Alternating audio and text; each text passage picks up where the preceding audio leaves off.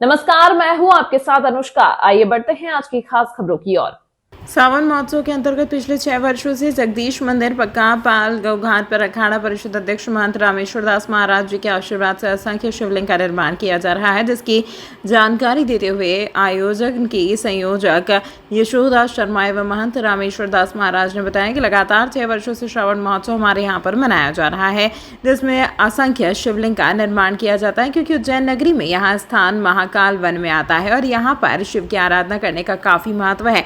यहाँ पर प्रतिदिन सुबह से शाम 5 बजे तक सभी महिलाओं द्वारा भजन कीर्तन कर शिवलिंग का निर्माण किया जाता है, जिसमें बचपन में खेला जाने वाला खेल धनी मुक्की का भी आयोजन यहाँ पर किया जाता है, जिसमें सभी हरे रंग के वस्त्र पहनकर आते हैं और इस त्यौहार को मनाते हैं। कार्यक्रम में मुख्य रूप से ब्रह्मानंद दीक्षित, प्रीति तिवारी, जया उपाध्याय, सुषमा दुबे, रजनी शर्मा, आशा शर्मा, नीता शर्मा, राजकुमारी देवरिया, ममता ज्वाला, मधु नागर, डिम्पी माली, इशिका, अनु, अंजना, सावित्री शर्मा, संगीता शर्मा, स्वीति शर्मा, ललिता शर्मा, माही, वंशिका, किरण आदि का बड़ा सहयोग रहता है।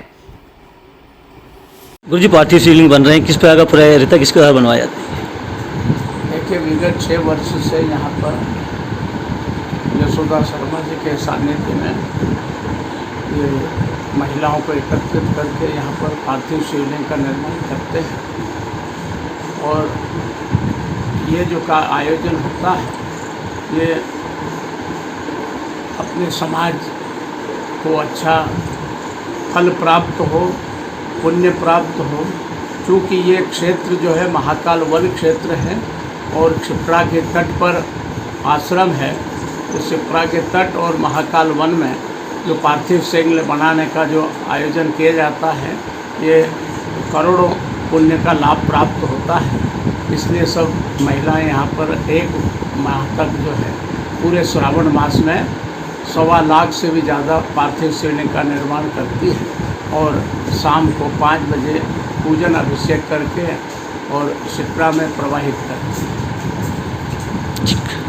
शिवलिंग का निर्माण किया जा रहा है। महाकाल की नगरी में हम बैठे हैं, जहाँ पे शिप्रा तट पर, जो कि महाकाल वन भी कहा जाता है, और यहाँ पे इसको पक्का पाला कहते हैं। पक्का पाला पे जगदीश मंदिर, जो प्राचीन मंदिर है, इसमें महंत रामेश्वर दास जी के सानिध्य में हम ये पार्थिव शिवलिंग बनाते हैं। और हमारी सारी मातृशक्ति भी हम सब मिलके पूरे कम से कम 1-1.25 लाख, कभी 1.5 लाख, कभी अनसंख्यक, मतलब पूरा पूर्ण सावन मास पूरा ही हम बनाते हैं। क्या क्या किया जाता है इसके अंतर्गत? इसके अंतर्गत में हमें तो हरियाली अमावस्या भी आ जाती है इसमें, और आज है तो वो बताते हैं कि अष्टमी के, आज शुक्रवार की अष्टमी पड़ती सावन के दिन, तो उसका बड़ा महत्व है। तो आज हमारी अंतिम बाला जी, सविता जी, ने सबने खीर का भोग मिला। आज का दिन भी इसमें बहुत बड़ा आ जाता है सावन मास में अष्टमी का। कब इसका भी समापन किया जाता है? समापन हम पूर्णिमा, सावन मास की पूर्णिमा के बाद में रक्षाबंधन के तक तो पूर्ण बनाते हैं। उसके बाद में हमने पंचमी के दिन इसका समापन किया। इसमें हरियाली तीज किस प्रकार से मनाते हैं हम 24 अगस्त को आ रही है हरियाली अमावस्या, तो वो धानी मुक्का के साथ में, क्योंकि अपने यहाँ मालवा की परंपरा है कि धानी मुक्का, अपने यहाँ पे एक आनत नारायण का मंदिर है। हरियाली अमावस्या मालवा में बड़ी परंपराएं रहती है कि छोटी छोटी बालिका को जवारे बो के नदी पे भेजना, और एक अपने यहाँ पे प्राचीन मंदिर है अनंत नारायण का, तो उस दिन वहाँ पे मेला भी लगता है और धानी मुक्का।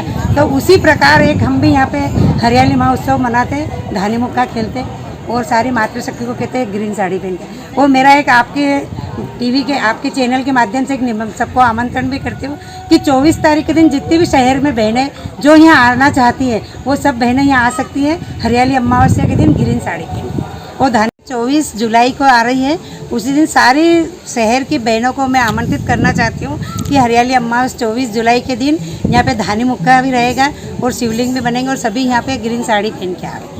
पूरा किस प्रकार से यहाँ पे पार्थिव शिवलिंग बनती है, किस प्रकार का पूरा रहता है? ये हमारा पूरा पार्थिव शिवलिंग हम पूरे सावन महीने बनाते हैं, और पूरे मतलब करीब पूरा महीना चलता, पूरा सावन महीना पूरा चलता है हमारा। एकम से लेके तो पूर्णिमा तक पूरा चलता है। गुरु पूर्णिमा के दूसरे दिन से हम चालू कर देते हैं एकम के दिन से। किसके सानिध्य में किया जाता है? ये महंत रामेश्वर दास जी, जो आज अखाड़ा परिषद के अध्यक्ष भी हैं, उनके सानिध्य में हम बनाते हैं जगदीश मंदिर में। कितने सालों से करते आ रहे हैं? ये 6ठा वर्ष है यहाँ। आपका नाम? यशोदा शर्मा।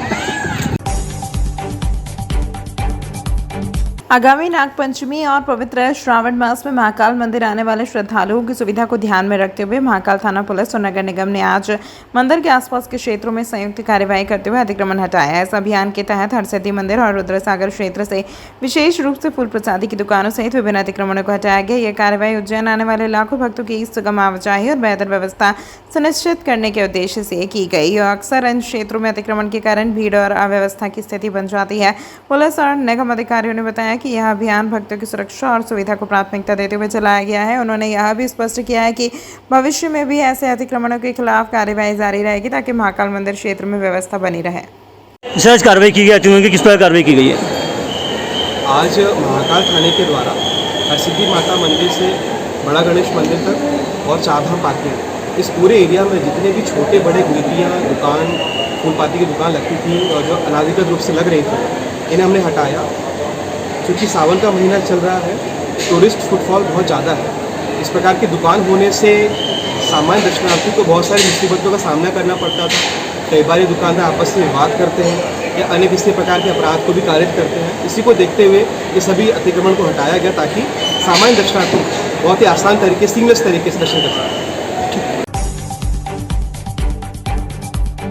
बाबा महाकाल की पालकी को उठाने वाले कहार कई पीढ़ियों से अपनी सेवाएं देते आ रहे हैं। यह परंपरा राजा भोज के समय से यानी 11वीं सदी से भी पहले से चली आ रही है। इस सेवा में हर समाज के लोग शामिल होते हैं, जिनमें देवी देवताओं की पालकी उठाने वाले भी होते हैं। वहीं चांदी की पालकी का भार और सेवा का भाव, पहले चांदी की पालकी को 30 से 35 लोग मिलकर उठाते थे, लेकिन अब लगभग 90 लोग इसे उठाते हैं, जिससे उनका वजन और भार बढ़ जाता है।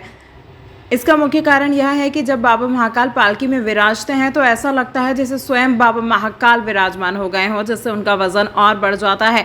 खासकर जब भारी बारिश होती है तो पालकी का भार और भी अधिक महसूस होता है। इसी कारण ज़्यादा लोगों की आवश्यकता पड़ती है। यह सेवा भाव से की जाती है। कुछ युवा तो बस इस कारण जुड़ते हैं ताकि उन्हें बाबा महाकालेश्वर की पालकी उठाए जाने का मौका मिले। वहीं कुछ समाज के युवा सेवा देने के लिए आते हैं। कई ऐसे भी लोग हैं जो पहले मजदूरी का काम करते थे, लेकिन अब वे पालकी उठाने की इस सेवा में शामिल हो गए हैं। पालकी उठाने वाले लोग हर साल इस सेवा के लिए पूरे तैयार करते हैं। वे खुद को शारीरिक रूप से मजबूत बनाते हैं ताकि सावन भर वे पालकी को पूरे समर्पण के साथ उठा सके। यह उनके जीवन के एक महत्वपूर्ण स्थान रखता है और वे इसे अपने हित में मानते हैं। यह जानकारी कहार समाज के अध्यक्ष शंकर कहार साझा करते हुए बताया कि यह परंपरा कहार समाज द्वारा पीढ़ी दर पीढ़ी से की जा रही है। पहले हमें मंदिर समिति द्वारा सेवा के रूप में एक श्रीफल देती थी और अब जो भी नियम अनुसार मानदेय होता है वह दिया जाता है। बताएं किस प्रकार की परंपरा पूरी है? परंपरा राजा भोज के टाइम से चली आ रही है। 11वीं सदी के पहले से ही परंपरा चली आ रही है।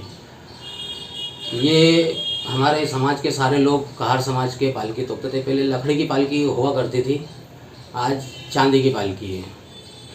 पहले कितने लोग लगते थे और अब कितने लोग? क्या पहले 30-35 लोग लगा करते थे पालकी के अंदर, आज 90 लोग के आसपास पालकी में लगते हैं। क्या कारण है ज़्यादा लोग लगने का?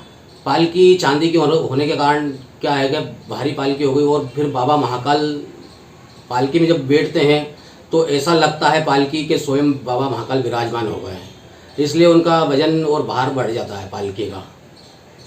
इस कारण ज़्यादा लोग लगते हैं। कुछ युवा बाहर से आते होंगे, क्या किस प्रकार कार्य करते हैं?